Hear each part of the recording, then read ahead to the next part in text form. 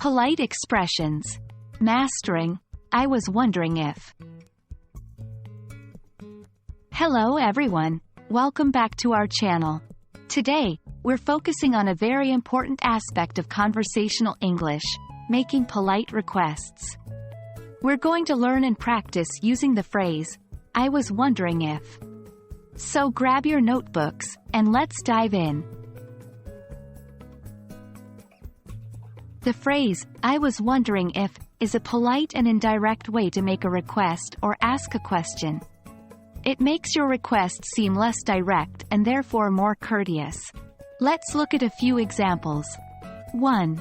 I was wondering if you could help me with these boxes. 2. I was wondering if we could discuss the project over lunch. 3. I was wondering if you have any vegan options. Do you see how these requests seem softer and more respectful compared to directly asking? Great! Now, let's move on to practice. Exercise 1. Fill in the blanks. 1. I was wondering if you, blank, help me with my homework. 2. I was wondering if, blank, possible to move the meeting to Friday. Exercise 2. Transform the following direct requests into polite requests using, I was wondering if. 1. Can you lend me your book? 2. Is it possible to get a discount? Take your time and try to answer these before moving on. Role plays are an excellent way to practice your conversational English. For this exercise, find a partner if possible. If not, don't worry. You can imagine the responses. Role play 1.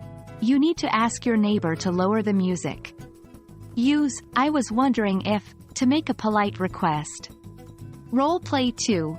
You are at a restaurant, and you want to know if they have a gluten-free menu. Again, use our phrase of the day to make the request. Sometimes, learners make the mistake of mixing up the verb tenses or structures with this phrase. Remember, it's, I was wondering if, not, I am wondering if, or, I wonder if. The past continuous tense here helps to make the request sound more polite and less direct. And that's it for today, folks. We hope you found this lesson on using the phrase, I was wondering if, helpful. Keep practicing, and you'll soon find it natural to use this polite expression in your everyday conversations. Remember, learning English is a journey, not a race. So, take your time, practice regularly, and most importantly, enjoy the process.